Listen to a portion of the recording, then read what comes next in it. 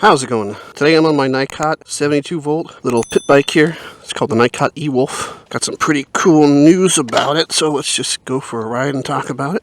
We'll go do a little urban off-roading here. Down the street a ways, there's a pretty cool little off-road spot next to a little stream, and it's pretty much the only place in the area that has a decent hill that I can use to test the hill climbing capabilities of this little bad boy. Woo boy. So we'll get into the details and specs for all you spec heads later and go over the price and how to buy it and all that kind of stuff towards the end of the video. But for now, let's just have some fun. Real quick before we get into the video, it's one of my huge goals in life right now is to get 10,000 subscribers. I'm almost at 2. You guys can really help me out with that. There's only 3 things you can do if you want to support me and my channels. 1 is obviously subscribe. 2 is hit that like button. But maybe the most important thing is to watch this video to the end. Those 3 things will really get this video going and help my channel a lot. So thanks in advance for those of you who subscribed or have subscribed in the past and who watched this video to the end. I really appreciate it. So this thing is super torquey, man, off the line. It gets up to speed really fast. It's 72 volts, so it's got some power. I've gotten it up to 46 miles an hour. This is the only bike that I've owned where there's way more potential to the bike than what it's currently tuned at. So I know the motor and the battery are capable of pushing probably about 11 kilowatts. But as it is now, you know, if I'm 275 pounds, I've got it up to 46 miles an hour. Someone normal weight can probably get up to 50, which is pretty insane for this tiny little pit bike. Let's see if I can remember where this off-road spot is. What's cool is you can totally keep up with traffic on your way to little off-road spots. Don't do what I do. This is meant for off-road. I mean, check your local laws and all that kind of stuff for e-bikes. It wants to wheelie pretty much every time I take off. I gotta be careful.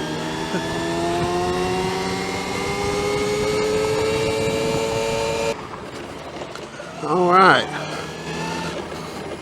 So let's go mess around over here. So this is what I mean. This is the only hills I have in the air to test with. So let's just give that a shot first thing. I think the steepest area is right over here. But we could just start right from the base. Go full stop and just take this hill. So I'm 275 pounds, remember that. So, but yeah, let's give it a shot. Oh, she wheelied. She power wheelied right there. Yeah, okay. I know it's really hard for you to tell how steep that was, but that is pretty steep. I don't know if you can tell how high up I am on these trees right here, but it goes down pretty far. That was pretty awesome. So this thing is torquey as shit. Let's just go explore a little bit more over here.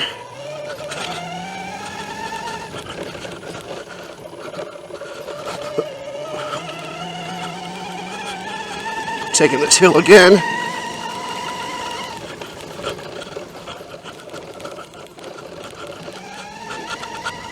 So what's cool about my area over here, there's so many little off-road bits.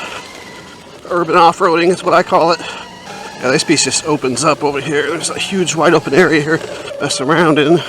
Sometimes there's water. It hasn't rained in a while, so it shouldn't be wet. Yeah.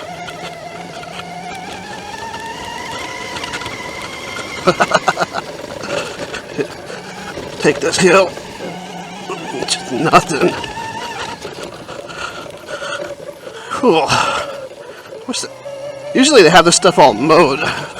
It's not so itchy to ride through this shit. God dang, this thing's so fun. Okay. Go up here. Alright, let's go post up and we'll talk about the stats a little bit. Back tire came loose right there. This thing's got a lot of power, man, for this little tiny bike. So anyways, the exciting news about this thing is that I wasn't sure if it was going to be available in the US or not. Like, I bought this thing as a sample thinking I was going to be able to sell it and just kind of do like a drop shipping type thing.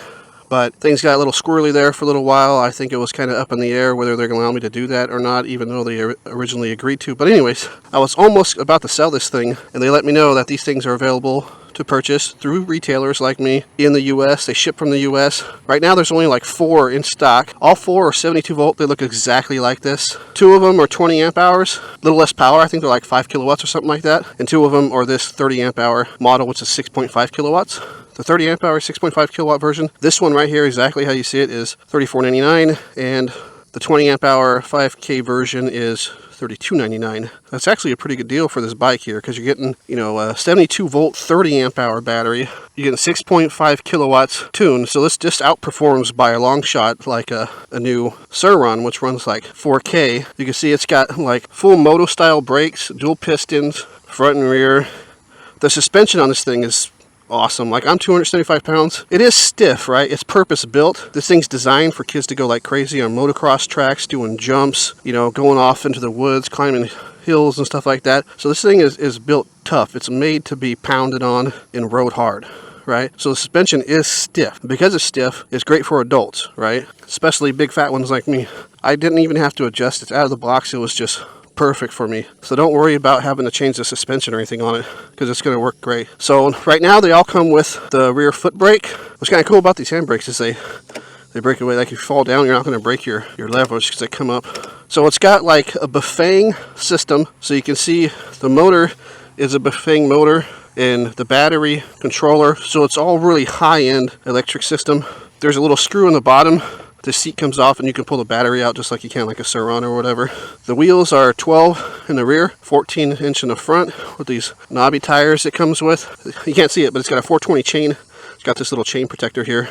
The suspension is adjustable in the front and the rear. The way you turn it on, it's just got this little magnet key deal here. You're supposed to attach it to yourself in case you fall off. It cuts the power to the bike. So you just stick that on. It's got this little display here with this P, so it starts off in park. You just push that and then you're ready to go. You can push it again, it cuts the power. You don't have to worry about it. It's got 3 power modes, 1, 2, and 3. I always keep it in full power mode because that's how I like it. But you know, if you got a kid that you're buying this for, you can start them off in 1. They can move their way up to 3. The power difference is pretty significant. The cool thing about this bike is you don't have to do anything to it. You know, it's a high quality. It's got high-end components. It's going to last a long time. It's built by a great company, Nicot, who's been building bikes forever. This is actually their very first bike that they've built from the ground up and designed it to be electric. They have other bikes like the E-Fox and the E-Beast that they converted some of their combustion engine bikes into electric bikes. Those are pretty badass too, but this is the first one they designed from the ground up to be electric, and they did a great job. You don't have to upgrade anything. Like, a lot of times if you want to get like a 72 volt pit bike, you got to buy like a Walmart bike or something like that. You got to spend a few grand on getting the battery controller. You got to do all the wiring and everything yourself. If you like doing that kind of stuff, that's great, you know. But this is for someone who wants like a 72 volt pit bike, a badass, powerful, fast pit bike that doesn't want to do all of that electrical stuff themselves. Plus, everything's under warranty here, right? And out of the box, it's ready to go. You don't have to do anything. You put it together, air up the tires, boom, you're out the door. And I think, just my opinion here, this is very subjective, but it is the best looking little pit bike I've seen out there for sure. Whoa, shit. I've had this bike for a few months now. When I first got it in my first video, the only really complaint I had about it was the front brake didn't work very well, but it just needed to be bled. So I bled it, and now, you know, it works perfect. They also, even though it just needed to be bled, they actually ended up putting higher end brakes on it anyways. So if you guys order this, the version you're going to get is going to have upgraded brakes. Acceleration on this thing is ridiculous. Let me know in the comments if you have any questions. Jeez, can you hear that acceleration? This thing is so freaking fast. It's ridiculous. Woo, shit. It's kind of sketch on the road with these knobbies though, so I gotta get some Shinko 241s or something on these pretty quick. Off-road they're great, but on the road they're kind of they feel a little sketch. Alright guys, that's gonna do it for this one. Thanks for watching. Link for the bike is in the description. Please hit that subscribe button, hit the like button. If you're still here, thank you so much for watching to the end, and I'll see you next time. Bye.